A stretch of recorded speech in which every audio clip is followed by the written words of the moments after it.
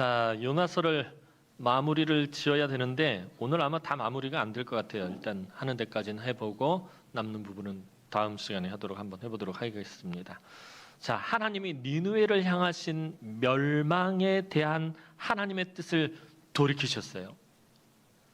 니느웨를 멸망시킬 줄 알았는데 그 뜻을 하나님께서 돌이키자 요나는 그것을 도저히 용납할 수가 없었어요. 하나님의 그 뜻에 순종할 수가 없었던 그 이유에 대해서는 지난주에 말씀을 드렸어요. 이 이스라엘과 니느웨, 이 야수르 사이에 얼마나 안 좋은 일이 있었는지, 그들의 관계가 원수와 같을 수밖에 없었음에 대해서 말씀을 드렸습니다. 그러니까 이 요나에게 있어서 니느웨 사람들은 철천지 원수와 같은 사람들이에요. 죽어 마땅한 사람들이란 말이에요. 멸망받아야 돼요. 저 사람들이 멸망하고 저 사람들이 죽는 것을 봐야 원한이 풀릴 정도로 그렇게 한이 맺혀 있는 족속이 이 니느웨 사람들입니다. 그런데 그들을 용서하시겠다고 해요. 그들에 대한 멸망의 뜻을 돌이키시겠다고 해요.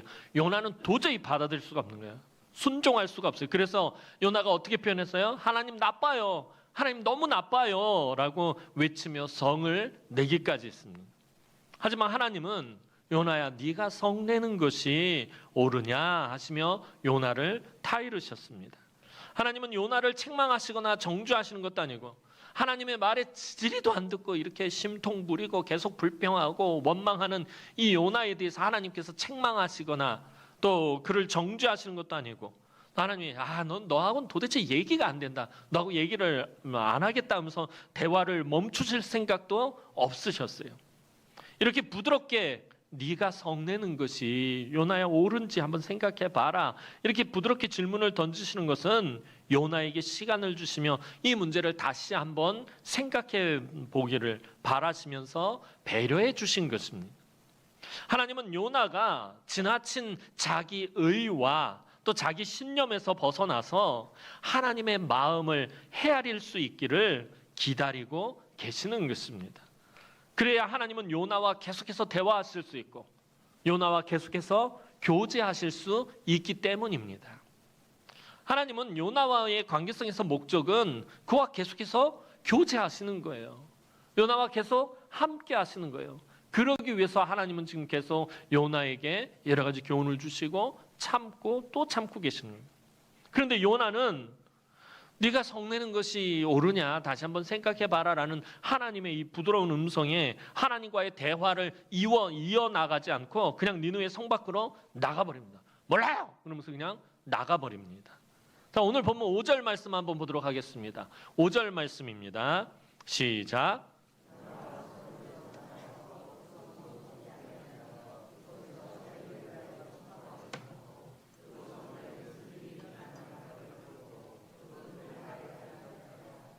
자, 하나님과의 대화를 이어가지 않고 그냥 심통이 나서 그냥 성 바깥으로 확 나가버렸어요.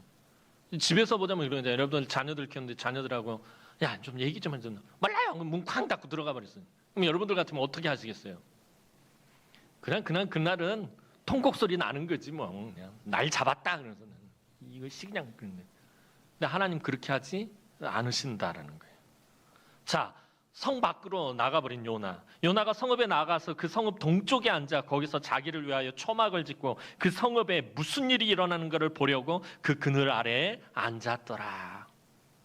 요나는 니느웨 성 동쪽 문으로 나가서 초막을 하나 짓고 거기 털썩 주저 앉았습니다. 니느웨 성에서 무슨 일이 일어날지 구경할 셈입니다.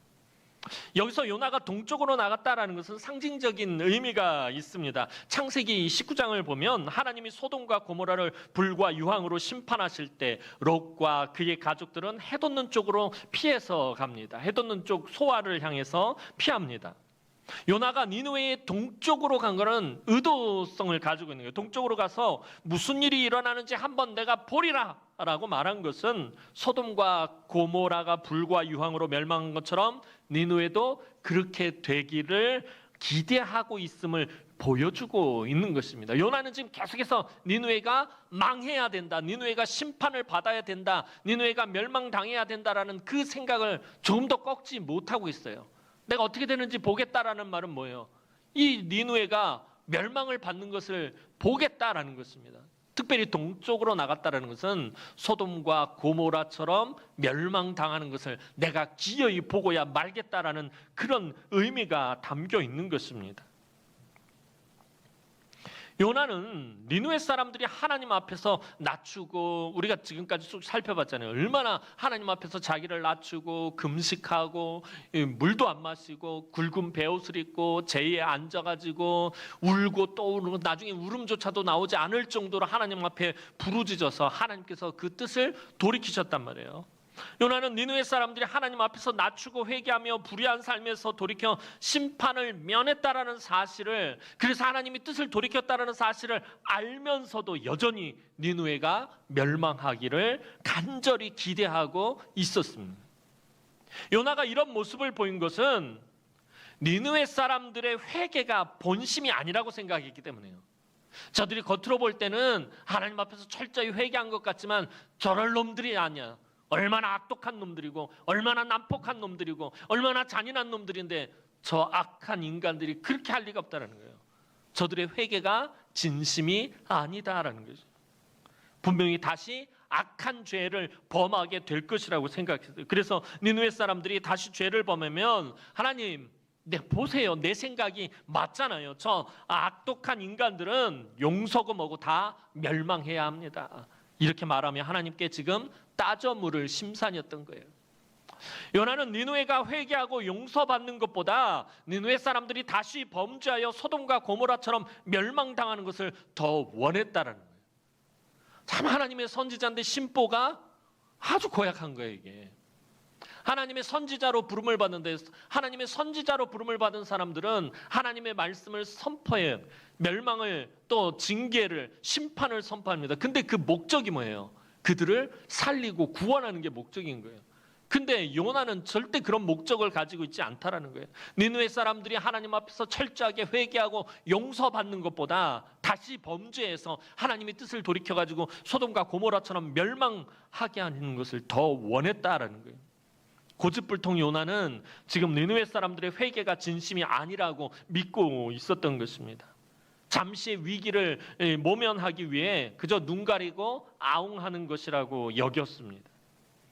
하나님과의 대화를 일방적으로 깨고 니느웨 동쪽으로 나가서 기껏 한다는 생각이, 자기 생각이 오르니까, 내 생각이 오르니까 하나님이 뜻을 다시 돌이키시든지 니느웨를 멸망시키든지 해야 한다라는 것입니다. 요나는 온 세상의 주권자이신 하나님을 지금 너무나도 무시하고 불순종하고 심히 무례하게 대하고 있습니다. 지금까지 우리가 쭉 살펴봤잖아요. 요나의 모습. 정말 답답한 모습뿐이잖아요. 진짜 삶은 고구마 한 100개 한꺼번에 먹은 것 같아요. 물 한 모금 안 마시고 고구마 100개 먹으면 어떻게 될까요? 여기가 답답할까요? 동치미라도 한 사발 들이켜야지 이게 뻥 뚫리지. 요나의 모습이 마치 이 고구마를 먹은 것처럼 이 답답하고 고집불통인. 그런데 그런 요나를 하나님이 어떻게 하고 계신다는 거예요? 용납하고 계신다는 거예요. 이렇게 답답한 인간을, 대화가 안 되고 말이 안 통하는 이 고집불통인 요나를 하나님이 용납하고 계신다라는 것이. 그렇게 박박 성을 내는 요나에게 하나님은 한 번도 언성을 높이신 적도 없고요. 요나에게 성을 내신 적도 없고요. 늘 인자와 자비로 대하고 계십니다. 제가 늘 말씀드리지만 만약에 제가 하나님이었다면 요나는 죽도록 맞았을 거예요. 여러분이 하나님이라도 안 그렇겠습니까? 이 지지리도 말 안 듣고 불순종하고 이 무례한 요나를 여러분들 참고 계속 받아줄 수 있을 것 같아요? 어려운 거예요. 근데 하나님은 계속 그렇게 하고 계신다는 거예요. 하나님 오래 참으시고 은혜와 인자를 여전히 계속해서 요나에게 베풀고 계신다는 거예요. 여러분, 만약에 하나님이 저처럼 감정적으로 대하시거나 요나를, 그리고 저처럼 요나를 막 정죄하고 판단하고 또 막 쉽게 진노하셨다면 여러분, 우리 중에 하나님 앞에서 살아남을 사람이 몇이나 되겠습니까? 하나님이 나처럼 쉽게 판단하고 정죄하고 진노하고 감정적으로 대한다면, 내가 하듯이 하나님도 그렇게 나한테 하신다면 여러분들 우리가 살아남을 수 있겠습니까? 1분 1초도 살아남을 수가 없을 것입니다. 한 사람도 살아남을 사람이 없을 것입니다. 그래서 하나님께서 지금 요나를 대하시는 모습에서 하나님이 우리를 대하시는 모습을 볼 수 있어야 돼요. 이 요나, 요 말도 안 듣고. 근데 요나가 늘 말씀드리잖아요. 요나처럼. 요나는 그런 사람이에요. 다른 사람 아니에요. 우리가 욕하고 손가락질하고 나쁜 놈이라고 말할 사람이 아니니까 바로 나예요. 나의 모습을 보여주고 있는 거예요. 지금 요나를 대하시는 그 하나님의 모습은 오늘 저와 여러분들을 대하시는 하나님의 모습을 반영하고 있는 것입니다. 그래서 요나가 우리에게 소망이 되는 것입니다. 얼마나 놀라운 은혜입니까? 하나님이 요나를 향해서 끝내 참고 계신 거, 기다리고 계시는 거, 오늘 저와 여러분들에게도 마찬가지예요. 저와 여러분들을 향해서도 하나님은 계속해서 인자를 베풀고 자비를 베풀고 참고 기다리시고 계속 그러고 계신다라는. 그러니 요나서 말씀은요, 정말 저와 여러분들에게는 생명과 같은 말씀인 거예요. 요나의 마음 상태를 나타내는 것을 또 한 곳에서 찾아볼 수 있습니다. 그것은 그가 니느웨 성 동쪽으로 나가서 뭘 만들죠? 그렇죠. 초막. 우리 장모님밖에 안 읽었나 보다. 자, 요나가 동쪽 하나님과 대화를 탁 단절하고 그냥 뛰어나가가지고서는 이 동쪽 끝에서 뭘 만들었다고요? 뭘 만들었다고요? 대답을 안 해. 꿀 먹었어요. 진짜 꿀 먹었나 봐요. 아니요란 말도 안 하네. 자, 니느웨 성 동쪽으로 나가서 초막을 지었다라는 것. 저 초막은 그냥 뭐 천막, 텐트 이런 게 아니라, 이게 헝겊이나 천으로 만든 천막이 아니라 그냥 나뭇가지를 모아가지고 덧대어서 만든 엉성한 모양의 그냥 잠깐 있는 임시 거처를 말하는 것입니다. 이런 초막을 지었다라는 것, 나뭇가지 주변에 있는 거 꺾어가지고 대충 이렇게 얼개설기 엉성하게 연결해서 만들었다라는 건 뭘 의미하냐면은 요나가 그곳에서 오래 있을 거다, 오래 있지 않을 거다? 오래 있지 않을 것을 의미하는 거예요. 내가 여기 오래 머물러 있지 않을 것이다. 그러니까 뭘 의미하는 거예요? 그곳에서 속히 니느웨가 소돔과 고모라처럼 불과 유황의 심판을 받는 모습을 보겠다라는 거예요.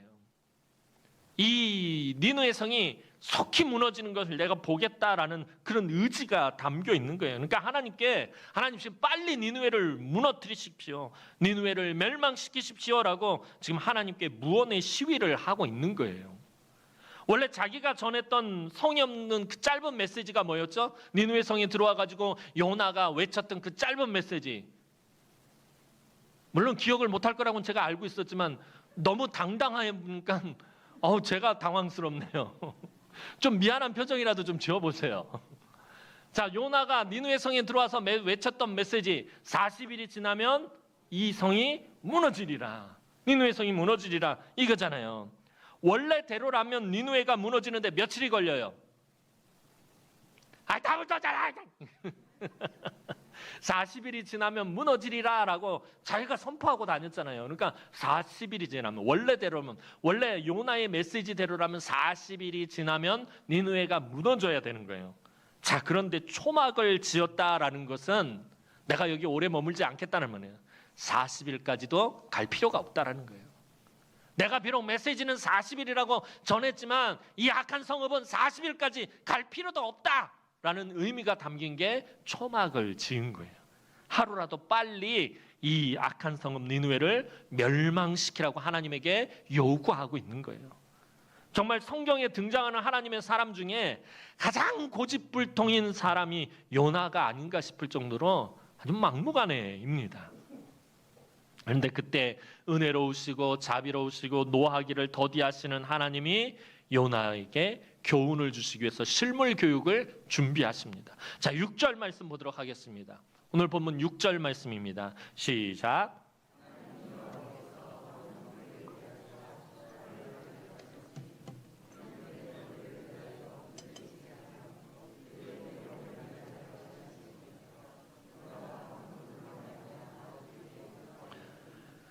자, 밤사이에 하나님은 요나의 초막 옆에 박넝쿨이 자라게 하셨습니다.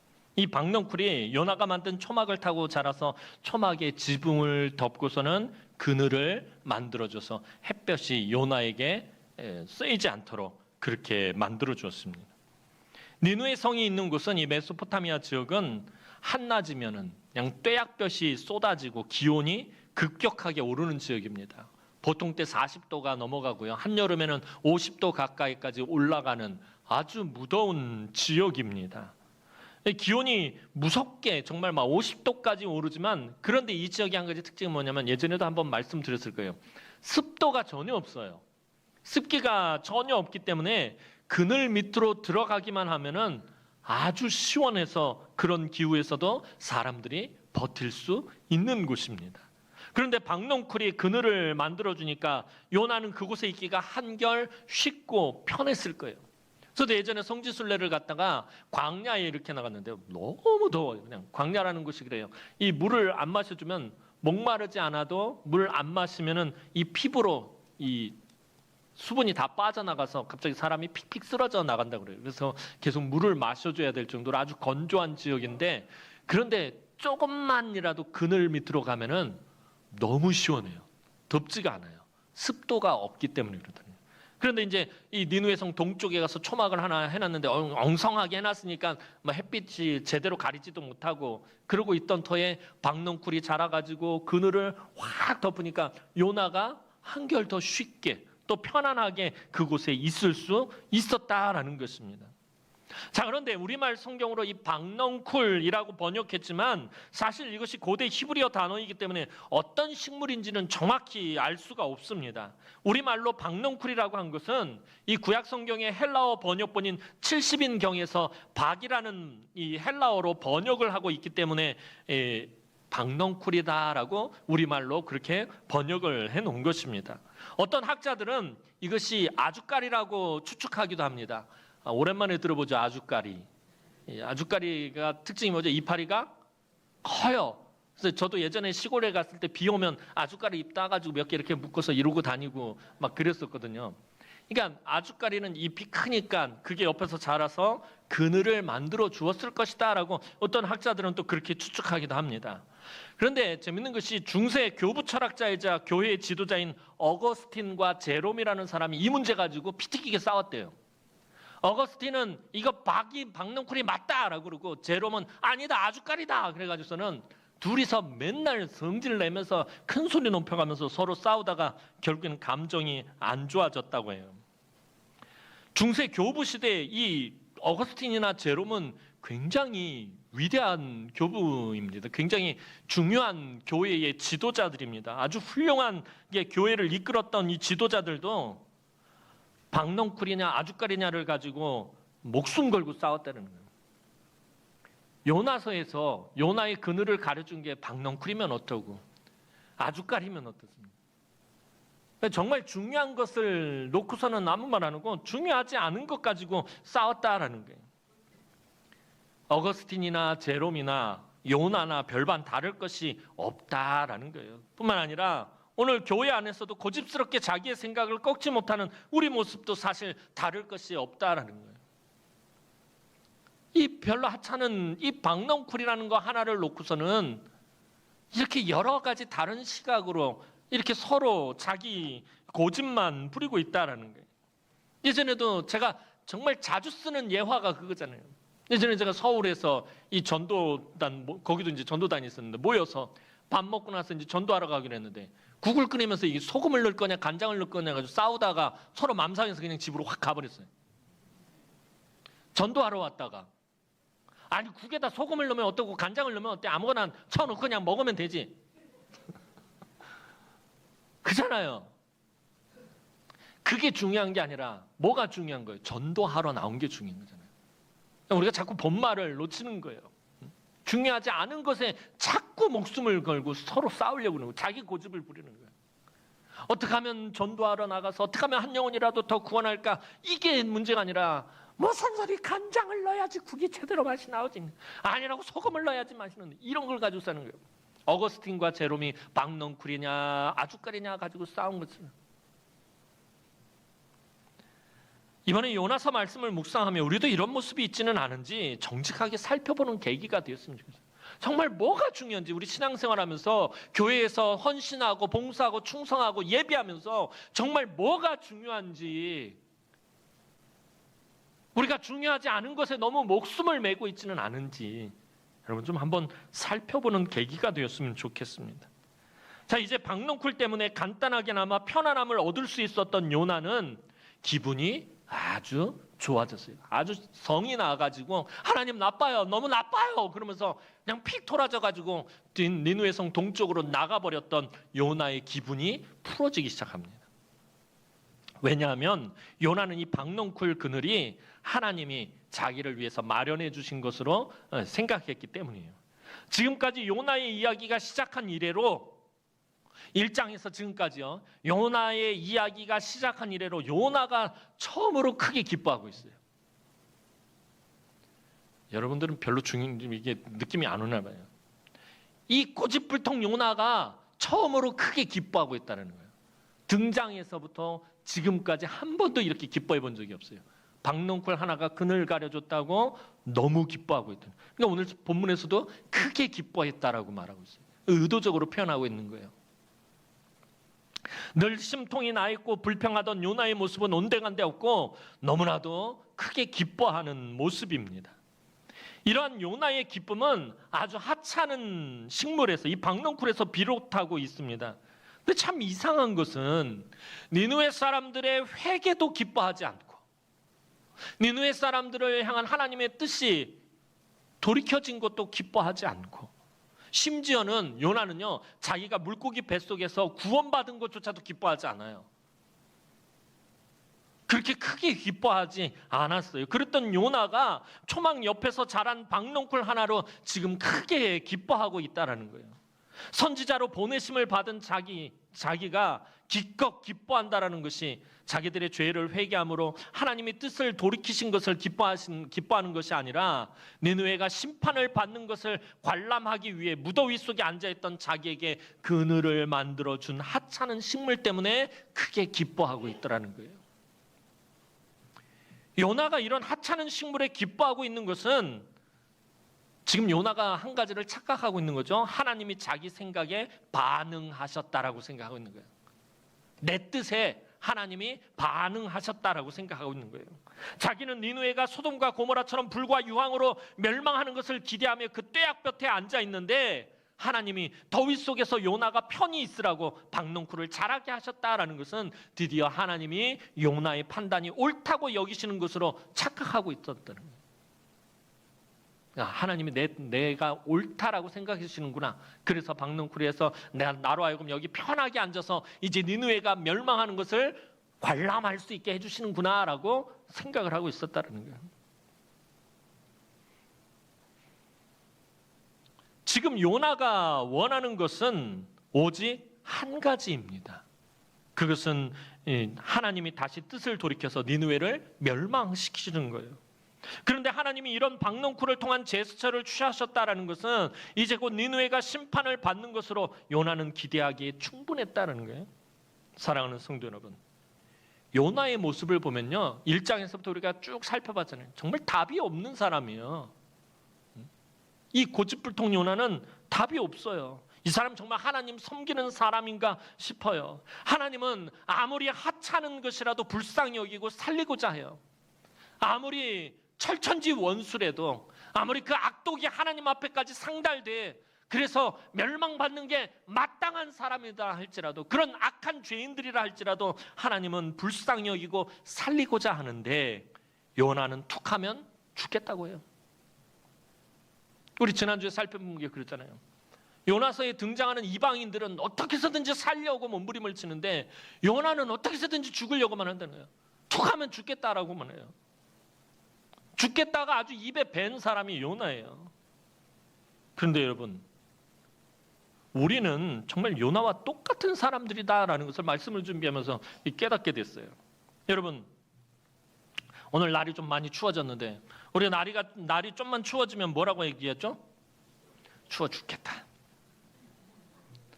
한여름 되면 우리 대구가 참 덥잖아요. 좀만 더우면은 더워 죽겠다. 밥 잔뜩 먹고 배 나오면 배불러 죽겠다. 며느리가 밥 안 줘서 배가 고파요. 배고파 죽겠다. 독감에 걸렸어요. 온몸이 아파서 끙끙 앓아 누웠어요. 아파 죽겠다. 일주일 내내 직장에서 일하고 지치고 힘들어서 나왔어요. 힘들어 죽겠다. 피곤하면 피곤해 죽겠다. 신랑이 그렇게 미울 수가 없어요. 미워 죽겠다는 거예요. 여러분, 한 가지 더 골 때리는 거는 좋으면 좋아 죽겠다 그래요. 머리 죽을 일밖에 없어요. 뭐든지 죽겠다고만 해요. 사람들 입에서. 심지어 좋아도 좋아 죽겠다는 거예요. 물론 이게 반어법인 줄은 알아요. 더워 죽겠다는 건 정말 더워서 죽고 싶다라는 말이 아니에요. 그만큼 덥다라는 건데, 그런데 매사 우리 입에도 죽겠다라는 표현이 붙어 있다라는 거예요. 목사님 설교 길어 죽겠다. 그냥 우리 입에는 이 죽겠다라는 말이 떠나지를 않아요. 여러분, 세상에 썩어지고 없어질 것들이 조금만 채워지면 너무나 행복해하다가도 아니면 크게 기뻐하다가도 조금만 삶에 부족함이 생기면 여지없이 죽겠다라는 말이 튀어나옵니다. 우리 모두 요나처럼 살아가고 있는 거예요. 사실은 내가 마음먹은 대로 일이 풀리지 않거나 내 생각과 조금만 다르면 참지 못해요. 하나님의 뜻은 뭐 알 거 없고 단지 내 뜻과 내 생각이 중요하다라고 늘 때를 써요. 그래서 우리가 참된 기쁨과 감사를 누리지 못하게 되는 겁니다. 여러분, 아침에도 말씀드렸지만 무엇보다도 내 삶에 있어서, 내 인생에 있어서 가장 중요한 것은 하나님의 뜻입니다. 지난 금요 기도에서도 말씀드렸던 것처럼 내가 중요한 것이 아니라 나와 함께 하시는 하나님, 나를 향하신 하나님의 비전이, 우리를 위해 일하시는 하나님이, 우리 교회에 두신 하나님의 계획이, 내 자녀와 함께 하시는 그 하나님이 더 중요하다라는 거예요. 내 생각대로 되지 않았다고, 내가 마음먹은 대로 풀리지 않았다고, 내 뜻이 받아들여지지 않았다고 하나님이 실패하거나 하나님이 실수하거나 하나님이 역사하지 않는 것 아니다라는 것입니다. 또한 내가 잘되고 성공하고 건강해야만 하나님이 나를 사용하시는 것 아닙니다. 아침에 말씀드렸던 것처럼 하나님이 내가 건강하고 내가 돈이 많고 내가 능력이 있고 그래야 하나님이 나를 사용하신 하나님의 뜻을 이루어 가시는 것 아닙니다. 내가 고난 가운데 있어도, 일이 잘 풀리지 않아도, 내가 성공하지 못했어도, 건강하지 않아도 그런 나를 통해서 하나님은 일하십니다. 그러니까 내가 중요한 것이 아니라, 내 경험과 내 판단과 내 생각이 중요한 것이 아니라 무엇이 중요하다? 하나님이 중요하다는 거예요. 내 삶 가운데서 나와 함께 하시는 하나님이 중요하다라는 거예요. 그분의 뜻이 중요하다라는 것입니다. 우리 하나님 앞에 우리의 모든 것을 잠시만 내려놓았으면 좋겠습니다. 여러분, 우리는 신앙생활하면서도 너무 나에게 집중되어 있어요. 모든 것들이. 어떻게 하면 내가 좀 더 누릴 수 있을까? 어떻게 하면 내가 좀 더 잘 살 수 있을까? 나에게 너무 집중이 되어 있다는 거예요. 우리의 모든 것을 잠시 좀 내려놓았으면 좋겠어요. 너무 나에게만 집중하지 말고 잠깐 숨을 고르면서 하나님의 음성에 귀를 기울이시기 바랍니다. 그리고 잠깐이라도 하나님의 마음을 한번 헤아려 보시기 바랍니다. 하나님의 시각으로 좀 바라볼 수 있었으면 좋겠습니다. 그러면 하나님의 뜻이 우리의 삶 가운데서 아름답게 이루어지는 것을 분명히 목격하게 될 것입니다. 우리가 우리 자신을 꺾는 만큼 우리가 하나님을 경험하게 됩니다. 여러분, 우리가 어떻게 하나님을 경험하죠? 내가 나를 낮추는 만큼, 내가 내 자신을 꺾는 만큼 하나님을 내 삶 가운데서 체험하게 된다는 거예요. 우리가 내려놓은 만큼 하나님의 은혜를 누리게 된다는 거예요. 조금 힘들더라도, 도저히 못하겠더라도 어금니 한번 꽉 깨물고 한 번만 여러분을 설득하기 위해 오늘도 노심초사 기다리고 계신 하나님 앞에서 여러분의 생각을 내려놓으시기 바랍니다. 여러분의 고집을 한 번만 어금니 꽉 깨물고 한 번만 내려놓으시기 바랍니다. 그때에 하나님의 일하심의 신비함을 체험하게 될 것입니다. 오늘 아침에 말씀드렸던 것처럼 고난 가운데서 그 은혜가 흘러가게 하시는 하나님의 그 신비함을 체험하게 될 거예요. 하나님은요, 신비 그 자체인 분이에요. 얼마나 신비하신 분인지 모른단 말이에요. 그 하나님을 체험하려면 여러분들이 한 번만이라도 여러분들의 뜻을 꺾고 내려놓으시고 빈손으로 하나님 앞에 나아가시기 바랍니다. 여러분들을 설득하기 위해서 늘 기다리고 은혜를 베푸시고 자비를 베푸시고 참고 또 참고 계시는 그 하나님. 그래서 우리가 하나님을 붙들 수밖에 없는 거예요. 그래서 하나님만이 우리의 소망이 되시는 거예요. 세상에 그 어떤 존재가 하나님처럼 요나에게 그렇게 대하고 우리에게 그렇게 행하시겠습니까? 하나님 앞에서 여러분들 자꾸 내려놓는 연습을 하셔야 돼요. 하나님 앞에서 자꾸 비우는 연습을 하시고 꺾는 연습을 하셔야 합니다. 그때에 하나님의 그 일하심의 그 신비함, 내 삶 가운데서 나와 함께 하시면서 내 삶에서 역사하시고 은혜를 베풀어 주시는 그 하나님을 여러분들 본격적으로 체험하게 되실 것입니다. 이제 그런 은혜를 정말 풍성하게 누리시는 우리 남흥의 모든 성도들이 되기를 주님의 이름으로 축원합니다. 기도드리겠습니다. 사랑과 은혜가 많으신 아버지 하나님, 은혜와 사랑을 진심으로 감사를 드립니다.